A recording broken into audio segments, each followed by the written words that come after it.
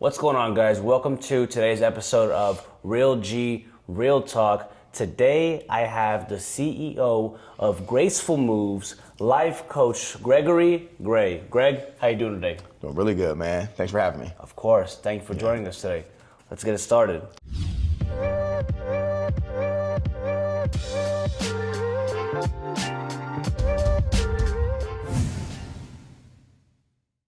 Now, when you came to Houston, right? You went from SoCal, is that right? Yep, what part, if I may? Long Beach, California. So, Okay. born in Long Beach, raised between Long Beach and Compton up until my high school years. And for anybody who's familiar with California, I moved up to what they call the Inland Empire, which is, Riverside, San Bernardino, those parts. Every parent at that time had this idea to get their kid out the hood. So out of Long Beach, out of Compton, out of Watts, get them to the Inland Empire. And so that was my mom's idea. Didn't necessarily work as well, but that was the idea. And then what was the initial motive for Houston? What brought us here? All right, so we getting into it pretty early. So my motive, I was getting into a lot of trouble back at home, and what actually happened was I had my oldest boy on the way, my oldest son. Yeah, so I had my first son when I was 20. We had him when I was 20. His mom was pregnant with him when I was 19, and with the lifestyle I was living, I had every belief in me that I either wouldn't be here to see him, grow up, either because of jail or worse. So, my mom had just moved. My mom actually moved to Texas after the recession. So like 08, 2009. Wow. And I tried to come with her, but I did come, but I was young. I was in my prime back in California, Yes, so I sir. couldn't let it go, you know what I mean? And so I went out there, I started getting into even more trouble. So I came here, tried it out, moved back to California, started getting into way more trouble. I felt like if I didn't make a change, I wouldn't be here for my son. So I came out here. I mean, with all due respect, Houston is quite the playground. Right. If you treat it that way, Yeah.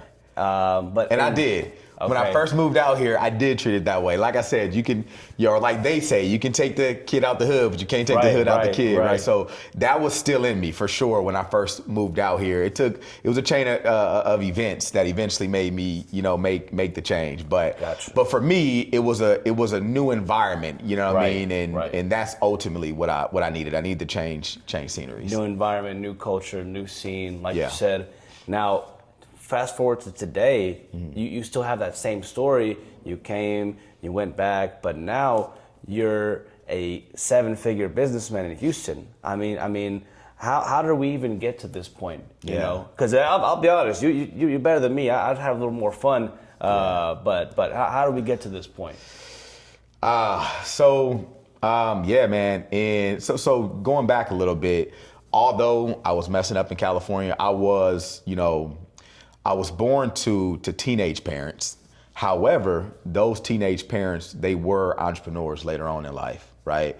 And so I got it real honest. And even though I was messing up in California when I was a younger kid, you can always find me, starting small businesses like the lawn care service, the candy company. I was that little kid that's just like, I want to make, start these small businesses. So it was always in me. And what eventually happened, I made the move out here. My one kid turned into 2 kids, and that, those my 2 boys, their mom ended up moving back to California, and I'm gonna kind of fast forward through that, but they moved back to California. They end up coming back. By that time, around that time, I was pursuing marriage, and so it's kind of a lot in between that, but yeah, I was pursuing marriage. I got married to my wife who had a daughter. My 2 boys who came back to Texas, I ended up getting custody of those 2 boys. And so me and my wife, we went from her 1 to my 2 to 3 overnight. And I just felt like, what I was doing at the time, it just wasn't gonna provide for my family, And then I wasn't around for my family like I wanted to be, because I was working a 9 to 5. I didn't control my schedule, and I had this idea that when you become an entrepreneur, you can control your schedule. You know what I'm saying? And that didn't work out either. But I was working at a tennis store during this time, and I'm like, man, I gotta, I know I want to start a business, and a buddy of mine talked to me about starting a moving company because it was really easy to get into, low barrier to entry. I looked into it, and it seemed like not a lot of moving companies focused on customer service the way I knew I could, and so I felt like I could get in and I can, do really well. And but I was afraid to start, if I'm honest with you. I was really afraid to start, and it was a lady named Miss Lee, and I swear, if I can find her. Oh man, I never got a chance to thank her, but I remember her asking me one day after work. She's like, I told her, I said, I want to start a business. And I said, but I don't know if it's the Lord's will. And she's like, Lord's will? She said, that's not what it is. She said, you won't start because you're afraid. And I'm like, honestly, I went in the car, sat with my wife, and I'm like, dang, baby, I think I am afraid. I think I'm afraid to start a business. I'm afraid of failure. I mean, I grew up in the inner city, in the hood. It was easy to go do a lot of the things I learned from the hood, you know what I mean? But to go into like blue collar business, and that was different for me. But long story short, I'm like, I've never been afraid of nothing. I'm about to go start this company. We started the company, and I pretty much just took that same grind, same hustle that I learned from the hood, bro, and just, went hard in this, you know what I mean, and stay focused. And, I'm sure we'll probably get more into details, but took me about 2 years, 3 years to reach that, halfway mark, halfway to 7 figures. Right. And then I think by that 4th year, we hit 7 figures. Nice, man. That's quite the turnaround. Mm-hmm. I mean, not you obviously, but some people, they would just understand that foundation story, and they would say, well, what's the point? Yeah. Right? What's the point? But in your case, you had a lot more on the line. Yeah. The marriage, the kids, the move to Houston. You definitely didn't want to face that failure. Mm-mm. Even though for every single entrepreneur, it's always going to be on the table, mm-hmm. right? You said, you know what? Give me a double serving of that. I need that. Yeah. So that's. I want to comment on that. Honestly, thinking back, it really wasn't on the table for me. Like, honestly, like thinking back, failure, it going south wasn't on the table for me. I think, it's always like the possibility where you can give your all and it can possibly not work out. And there was times where it's like, I don't know if this is going to work out. Right. But bro, like I guess like you said, I couldn't face that. Like I couldn't, like it was like, I'm going to make this work. Yeah. Yeah. You took it on just by the horns. Yeah. And you said, let's get it done. Yeah, 100%. Yeah. I love that, man. And in that, if I may, what's a part of the story that people don't see, if I may? Yeah. With entrepreneurial specifically, or? I would say in the entrepreneur side, because, I've said this before, it's like a lot of times on social media, you'll just see the highlights, the accolades. The glamour story. You know what I mean? So, in this case, I believe that people should know every single part of the entrepreneur journey. In your case, right, was there a certain point throughout where it's like, y'all were just cheering me on, but nobody knows about this. Yeah. What would you say? What so would be an aspect? It's so many. It really is. Like as you're talking, I'm trying to think of like those, like the major ones that you're gonna find either way. One of the first ones, and the major one, no matter what industry you're in, that you're gonna find is the biggest hurdle you'll have to get over is the hurdle within your mind. You know what I mean? Especially again, if you come, depending on where you come from, and not just like city, hood environment, but also family. Right. You know what I mean? Like if you don't come from the family that, so there's a lot of people who come from families where they believe you're a failure if you didn't graduate high school and go to college. You know what I mean? And so those people don't get, the family rooting them on when they say, hey, I'm deciding to start a business and maybe I'm not going to go to college, right? Or I didn't complete college. And so they don't have anyone rooting them on, right? You have some people who just come from a broken family and, who get, tore down in different ways, verbally and whatever throughout their life. that, they don't have a reason to believe in themselves, right? And that was a small part of my story. And so the biggest hurdle I had to get over was my limited belief.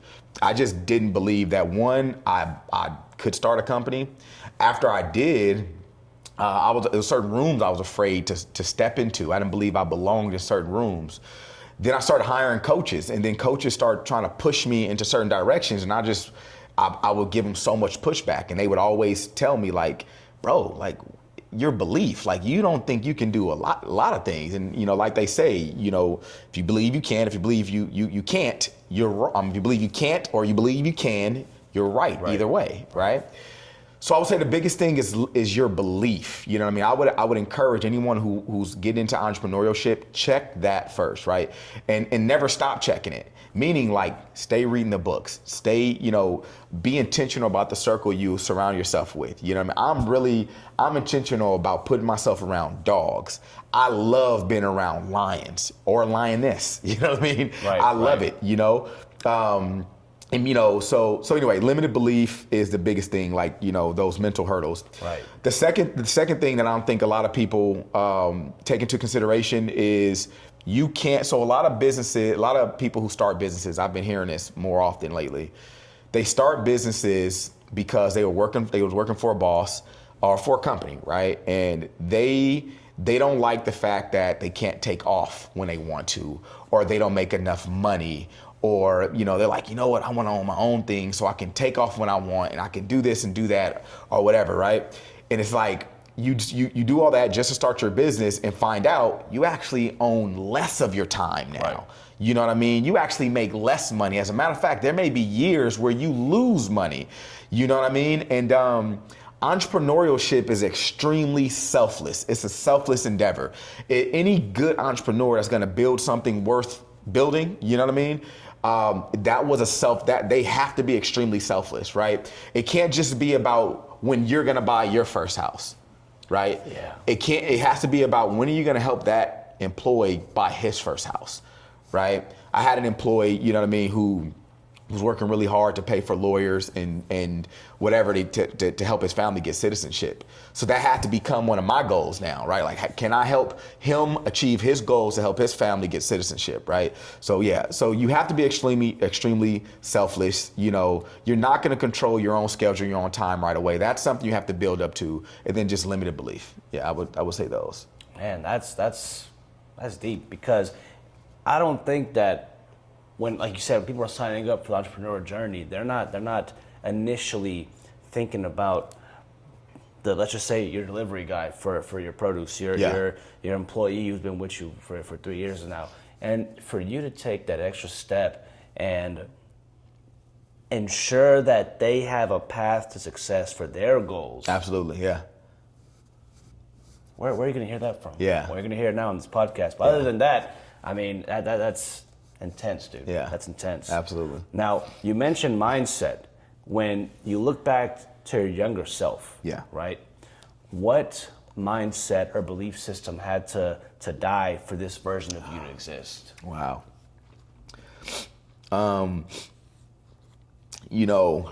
It's funny because we're spinning off me saying, you gotta be selfless, right? But to a degree, you have to be selfish too. Okay. You know what I mean? And it's funny because when we're looking for employees, I actually look for people who have an element of selfishness. And by that, I just mean they care about where they're going, what they want, and they won't allow anything and anybody to get in the way. So to go back to your question, it's a well-known, rapper who passed in California named Nipsey Hussle, right? Nipsey said in his rap, he was like, everybody can't go, right? So everybody can't go. I had to learn as I was building and developing and changing that everybody in my circle or everybody that came from where I came from, they're not gonna do the same thing. Everybody cannot go. You can't take everybody with you. You're gonna have to leave some people behind. You know what I mean? I seen this analogy on social media where a guy stood on top of a chair and he asked for the person that was on the floor, to try and, or the guy on the chair had to help the guy from the floor, try to help the guy on the floor get pulled up. He had to try and pull him up, and it was difficult. Then he asked the person on the chair, on the floor, who was way weaker than the guy on the chair. He said, "Hey, pull this guy down." Yeah. And it was way easier to pull him down. So it's way harder for us to pull somebody up than it is for them to pull us down. And oftentimes we try to pull people up prematurely when we're not ready to do it, right? And that's normal. When you come from a poor background, a little bit of a win makes you feel like you had this huge win and now you're ready to help the world, and you're not ready for it. So I had to learn, everybody can't go. I have to save myself first. You got to be a little selfish at the beginning. Save yourself. But the thing is, the more you do for yourself, the more you can do for other people when you're ready. Yeah. One more time. I mean, because honestly, I think even for myself, I think that that's underrated. And coming from a place where not everyone is taking the entrepreneur journey, like you just said, I mean, it's throwing me back right now, but the smallest thing you do that is just outside of the norm, that may be an achievement, it's like, hey, he's good. He's good. I made it. It's like, not yet. No.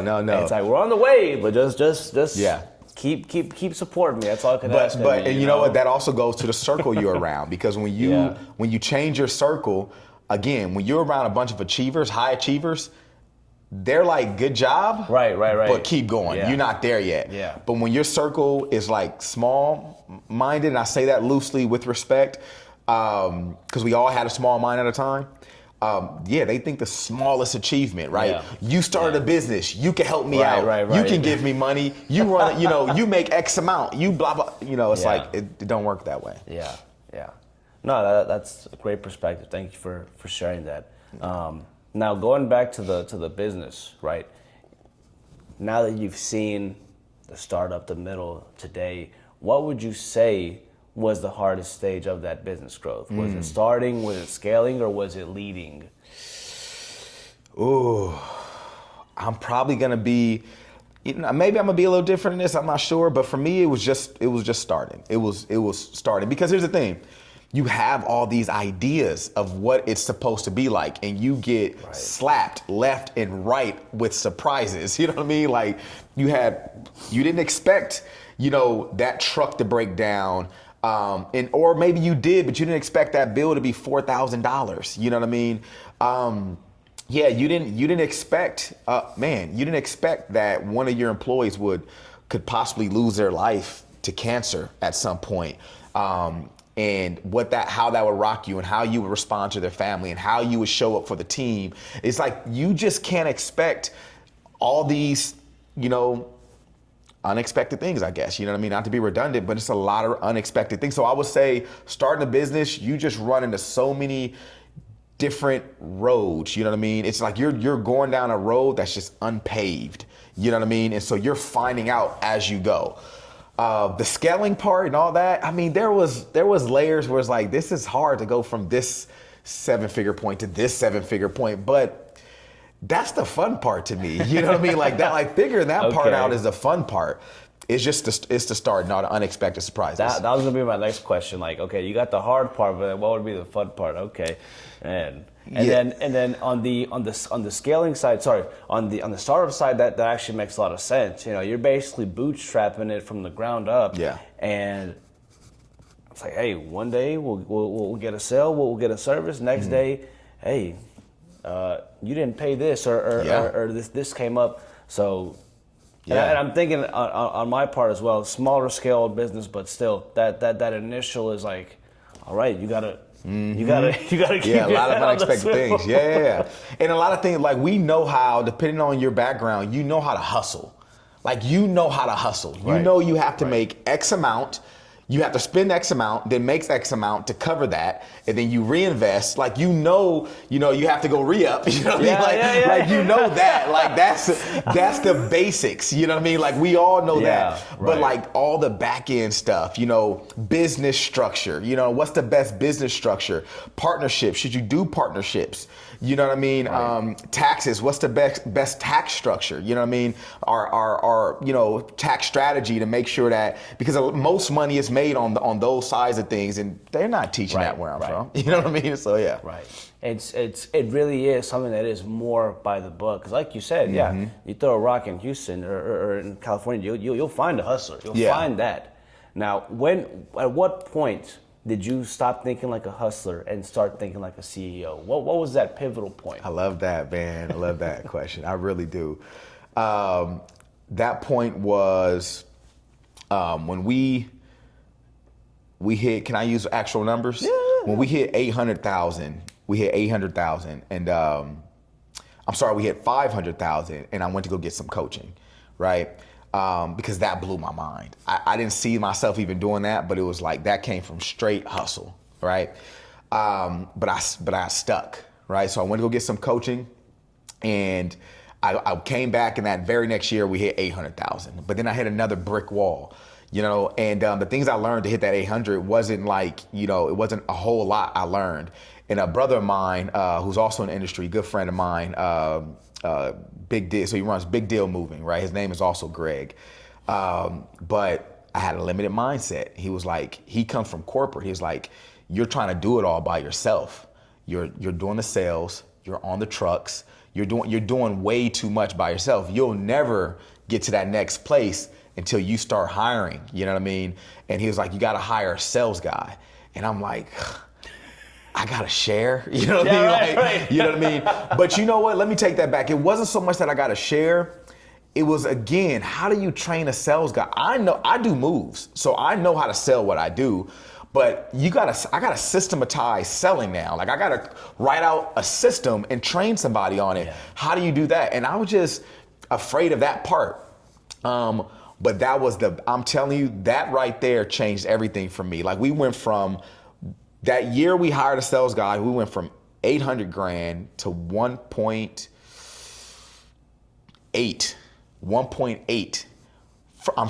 So 800 grand, to 1.8 million in that year just from hiring that sales guy. Nuts. So big ups to my boy Greg. Dude, that's huge. Yeah. That's huge, brother. And in that case, a lot of people don't value that. I guess when you're first starting out, right, that life coach, and I've been in that same position as well. It's like, we're both going through what I thought was the same thing, but they're at this different level. Maybe they just out-hustled me, right? But it takes that extra bit of knowledge, and in your case, creating new systems to free up some of your time, energy, and to be able to reinvest that back into actually growing the business, not being in the business. Is that 100%, right? 100%. There you go. Yeah. So your question was, when you stop acting like a hustler and becoming a CEO. Yeah. A CEO works on the business. You know what I mean? And you have to, because you're able to have vision beyond I guess the minutia of the day to day. You know what I mean? You're able to have to see more and lead more and guide more. If you can't tell your team where they're going, if you can't see where you're going, where are you going? Right. You know what I mean? Right. And so and then it's not always about someone being better than you or being beyond. It's someone who sees differently than you. That's it. Like literally, even to this point, I like to hire people who sees things differently, and that's stronger than me in specific areas. Like I hire to my weaknesses, right? And that's like, I feel like if you are hiring people that can simply get the job done, you know what I mean? Or you're afraid, because I know entrepreneurs who's afraid to hire people who's smarter than them, stronger than them. Because I guess that makes them feel small. I love putting myself around people who are stronger than me in certain areas. And Greg, to this day, is still somewhat of a coach and mentor to me. You know what I mean? And his moving company, he runs a moving company as well. It's not as big as ours, right? And he's still my coach. Yeah, because he sees things differently. Yeah. I think that says a lot right there. I think that right there, 95% of people would not take that approach, right? Because they just see it from the numbers mindset. Yeah, it's like true. They wouldn't value it. Yeah, they wouldn't value it. And in your case, you had to take a deeper look and see with your other friend, Greg, and it's like, well, these ideas, these things that aren't tangible, have more value than this other guy who may have a bigger business. That's priceless to me. 100%. I want to add one more thing to that. Yeah. Greg also cares. He cares about me. He cares about my business. That's a really big part. So for anyone who's looking for coaching, because honestly, I strongly advise coaching. You need coaching because what it took you to get here is going to take you something different to get here. Right. And oftentimes it takes a coach to pull that out of you, to pull out of you what you can't see. You know what I mean? Or to show you the things that you can't see. Sometimes you need someone who can speak to you from the other side of experience, right?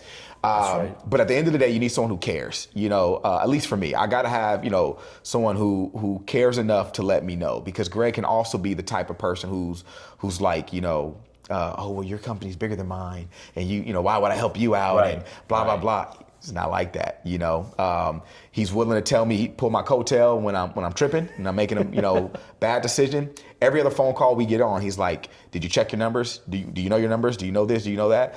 And he knows those are my weaknesses. I don't like looking at that type of stuff. You know what I mean? Like, I'm still weak in those areas. But one thing I'm strong at is hiring people who's strong in those areas. Okay. So now when he asks, "Do you know your numbers?" I'm like, "I don't, but give me a second." Call my guy EJ. EJ, what's her numbers here? You know what I mean? So that's good. That's good. You're filling in the gaps, but in your case, you still know about it. You're not completely out of the dark. Yeah. That's why you hire the guy who is the expert. Correct. I love that. Yeah. I love that, correct. Man. Now we're on the topic of success, right? Entrepreneurship. I want to go a little more into the personal and life stuff. Sure. Right. So you're a father of a big family, father of six. Father of right? six. Yeah. How has fatherhood changed the way that you approach success? That I approach success? Yeah. Number one, it made me a dog. Like I said, I love my family. I love people. I love my employees. I love the people around me. And I genuinely, not even just my kids, bro, my mom, my dad, you know what I mean? I put a lot of stuff and a lot of people on my back. And for some people, that's too much for them. But for me, it turned me on. If you're in my way, you better get out my way. Because I got a lot of people riding on my success right now. You know what I mean? Okay. And so, when I walk in certain rooms and I'm nervous to speak, like a lot of things, one thing people don't know about me is I am a nervous wreck when it's time to speak in front of people. I mean, sweaty and all that. But when I think about who I'm doing it for, and I literally do, like right before I go on, I think of two things. One, God, you called me here. Right? Jesus, you have me here for a reason. I believe that, right? Amen. Secondly, my kids. I'm setting a standard for them, you know what I mean? And they're riding on this, right? I don't know what's gonna happen to me. I want my wife to be okay. I wanna, it just made me a dog. You know what I mean? That's ultimately. And one other thing, I started to teach my kids when I became an entrepreneur and I started working with employees. I started to teach my kids that there's a thing called an intrapreneur. So you have entrepreneurs, you have intrapreneurs. An intrapreneur is someone who acts as an entrepreneur within a company or within a position. So those are people who take ownership of their position. Yeah, they may just be the operations manager, but I act like I own this in a good way, though, right? I want to it is my job and responsibility to make sure this part of succeeds because I'm over it. So I've taught my kids how important it is to develop an entrepreneurial mindset, unless they want to be entrepreneurs. Now, of course, I push that if they want to become one. But if you're going to work a 9 to 5, you want to become an entrepreneur. That way you become an asset to that company. When a company realizes that, you are directly connected to their growth because you are making decisions and moves to see to it that they succeed, you become an asset. And guess what? When you become an asset, you choose your number. You can say, I want this amount, I want that amount, or whatever the case may be. Of course. And they don't want to. They want to give it to you because you made that number make sense. You know what I mean? You're a key part. So I've noticed that some of my best employees have an entrepreneurial mindset. So they don't just bring me problems; they bring me solutions too. right? They're always about making the company better. So I've seen that since I started, and now I teach my kids. Like, that's so important to become an entrepreneur. I kind of want to piggyback on that approach of being an entrepreneur because I've seen it before, right? You have some people you hire, they only look at the scope that was offered on the Indeed website or like exactly, right? Yeah. But you got, like you said, the entrepreneur, they got this and the whole picture of the operation. So they're almost like 3 moves ahead of the other person in the same position because they saw that this person didn't hit their quote over here, so then this person's gonna fall back. But they're like, no, I'm gonna catch them over here. 100%. You know, I 100%. I got a guy right now. I got a couple guys, Gustavo, Brian, but I want to talk about Brian. One time, Brian, shout out to him if he sees this. Brian came to me and my operations manager with a list of things that we need to change and implement from the field because that's where he's at. And those things directly coincided with the vision and scope of our goals. You know what I mean? And this was off the clock. He didn't have to do this. He called a meeting like, hey, can we talk? You know what I mean? Wow. Came into the office and we all talked, and I sat down and I took notes like a student. He's like, you know, these are some things we need to look at, things we need to change. And I would say most of those things were on key, and we changed them. You know what I mean? That's an entrepreneur mind. He didn't sit down and say, hey, I want to tell you this, and now that I have told you, I want more money. You know what I mean? Like, and to be honest with you, he's an asset. He can probably ask for more money. I wouldn't want to lose a Brian, right? Because you don't get those often. No. Most people come like, you know, as you described, right? What does the Indeed say I'm supposed to do? I'm doing that and that only, and oftentimes barely that. Right. So Right. Oh man, yeah. Yeah. Thinking about the former colleagues, yeah. How do you balance this ambition with being present at home with the family? I love that question. And honestly, I'm not perfect, but I think my wife and my kids will say I do a pretty good job, right? So I make sure I'm not there like my wife is. And however, I think I'm there for all the important things. You know what I mean? And one of the benefits of being an entrepreneur is you're able to bring your family to experience a lot of the work things. So when we do business development, things like sponsoring events, things like that, my daughter comes, right? My daughter, she's a part of that. My sons during the summer, they'll come and work with me. You know, during the summers that they came, I'll actually jump back on the truck just to work jobs with them. Nice. So it gives me an opportunity to see what my guys are doing in the field. I can get content when I'm out there, but bigger than that, I can be one of the first persons that teach my sons what real work ethic look like, right? So they don't feel left out. A lot of times they don't work with families and entrepreneurship because they don't bring their family along with them. Right. You know, my wife, she's the one who makes sure the guys keep, you know, energy drinks and Gatorades and waters in our refrigerator, right? She's involved in all that. And if we do events, you know, we do a big Thanksgiving dinner every Thanksgiving for the team. And she puts on the event, basically. Yeah. So I bring her along with me. And then when the kids have things at school, major presentations or whatever, I make sure I'm there for that. So I have a personal assistant. My wife reached out to my assistant and say, hey, make sure this is on his schedule, you know? So I make sure I'm there for the most important things. And and man, God just blessed me, bro, with my family. I'm not playing, like, you know, he just really blessed me. You know, sometimes there's not always I do this because I did this, that's why I'm so great.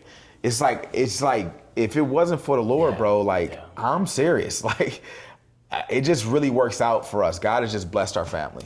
And I think you made a really good point there. Sometimes in that like keeping score aspect, you kind of lose some of that blessing because you're just like, there you go. Well, I did this, I did that, I did. It's like, man, keep the mission going. Yeah, keep the mission going, and the blessings will come. Yeah. But don't just be like, all right, one here.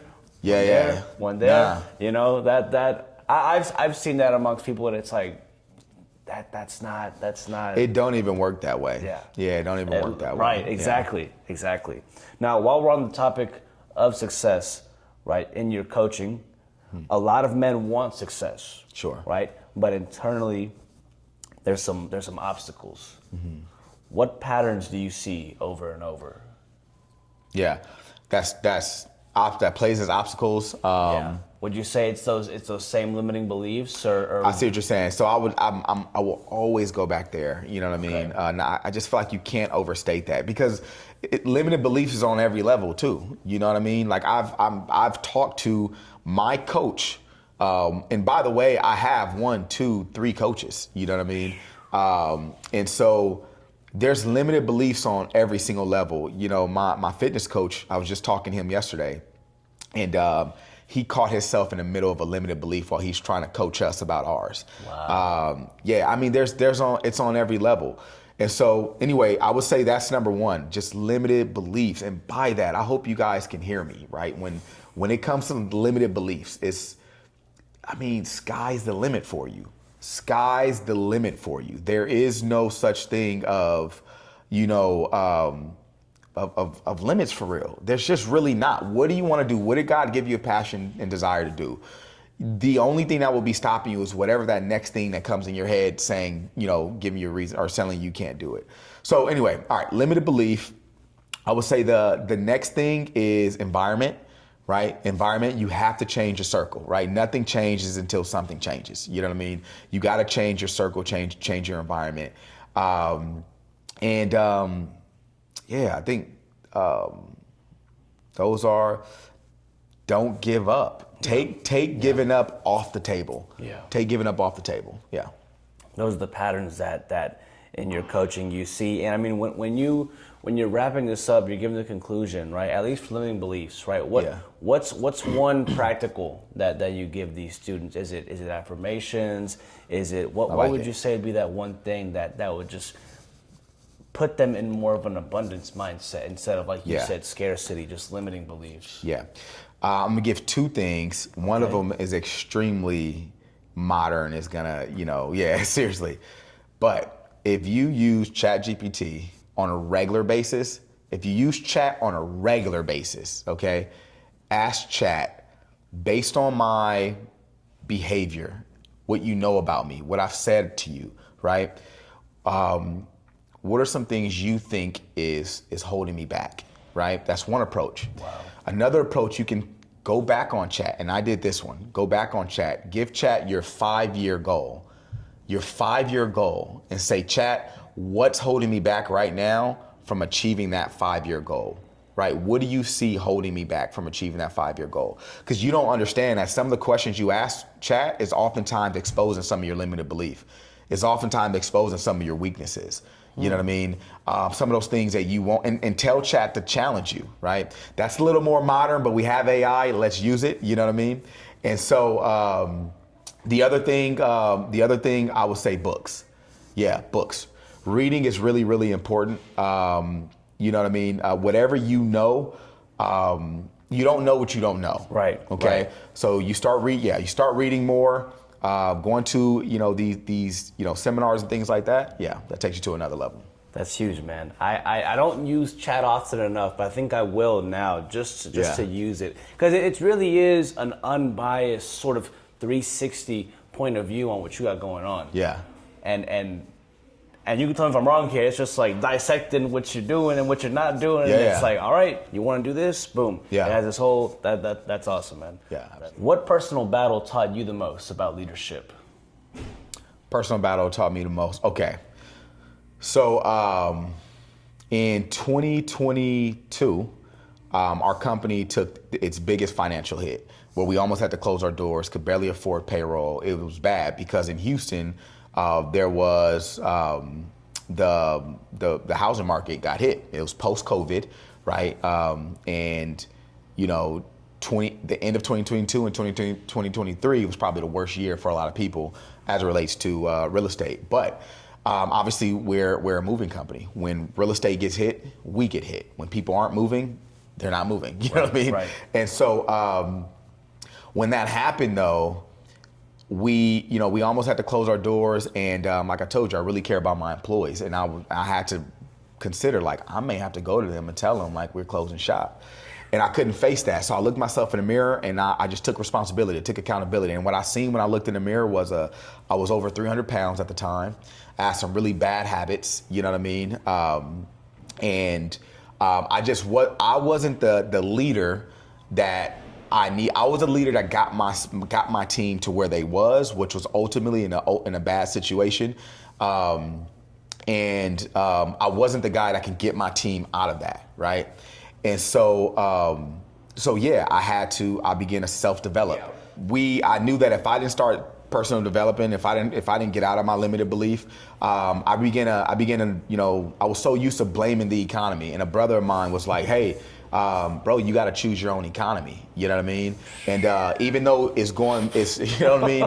Even though it's going really bad for you, there's a lot of other people in your same industry where it's going really good for them. Same thing with realtors. I talked to some realtors and they're like, it was bad for a lot of realtors during that time, but for some realtors, they were doing really good, you know? So you got to choose your own economy. So I took responsibility. It's like, our company wasn't doing bad because of the economy. It was doing bad because of leadership. Had I made the right decisions up to that point, we wouldn't be in this situation. And the one thing I wasn't doing during that time, I wasn't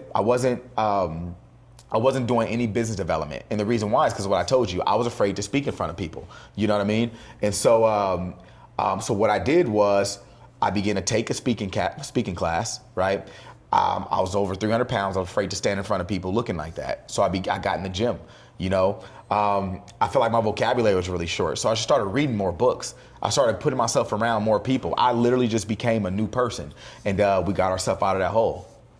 Yeah. Man, that's a blessing right there. Yeah. Honestly, taking that ability to look back, look at what you got going on, and it's like, this ain't gonna work. Yeah. This ain't gonna work. And you took the initiative, instead of despair, you took the initiative to find the outside sources to help you become the man you are today. Absolutely. The leader, the leader, CEO absolutely. you are today. Yeah. That's intense, dude. I don't think half the people would even consider taking that road because of how much it can beat you down. That's why I said for me, I didn't know it at the time, but for me, I see now in hindsight that giving up was never on the table.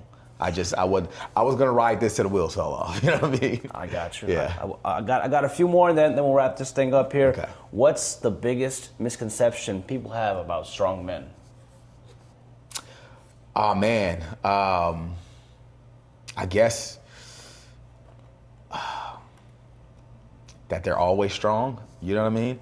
I think that, and I think strength shows up in different ways. Like a lot of men feel like strength is absent of vulnerability.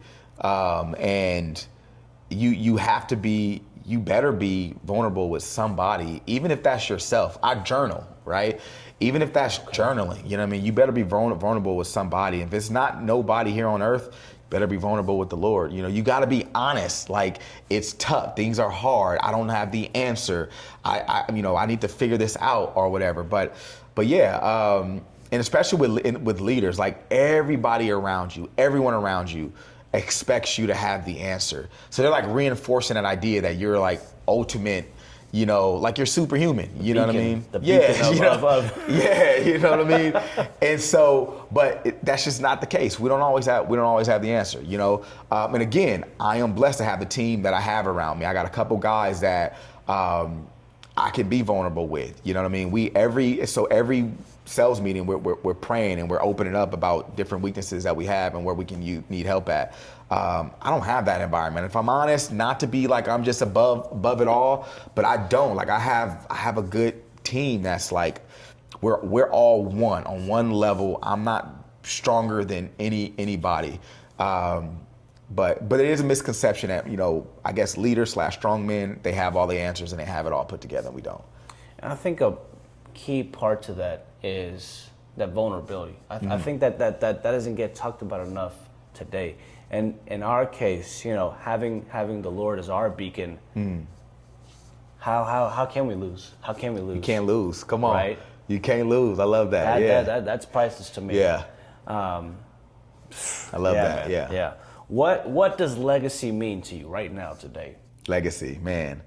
Like I said, I have 6 kids, but I also have people watching my life. I think legacy for me is the story I'm writing in other people's lives, right? Wow. And so not necessarily, everything I do, every decision I make, it's telling a story, leaving a print in the lives of other people. You know what I mean? And again, like, I don't think it's a father out there who's not considering what his story is leaving or is telling in the lives of his children.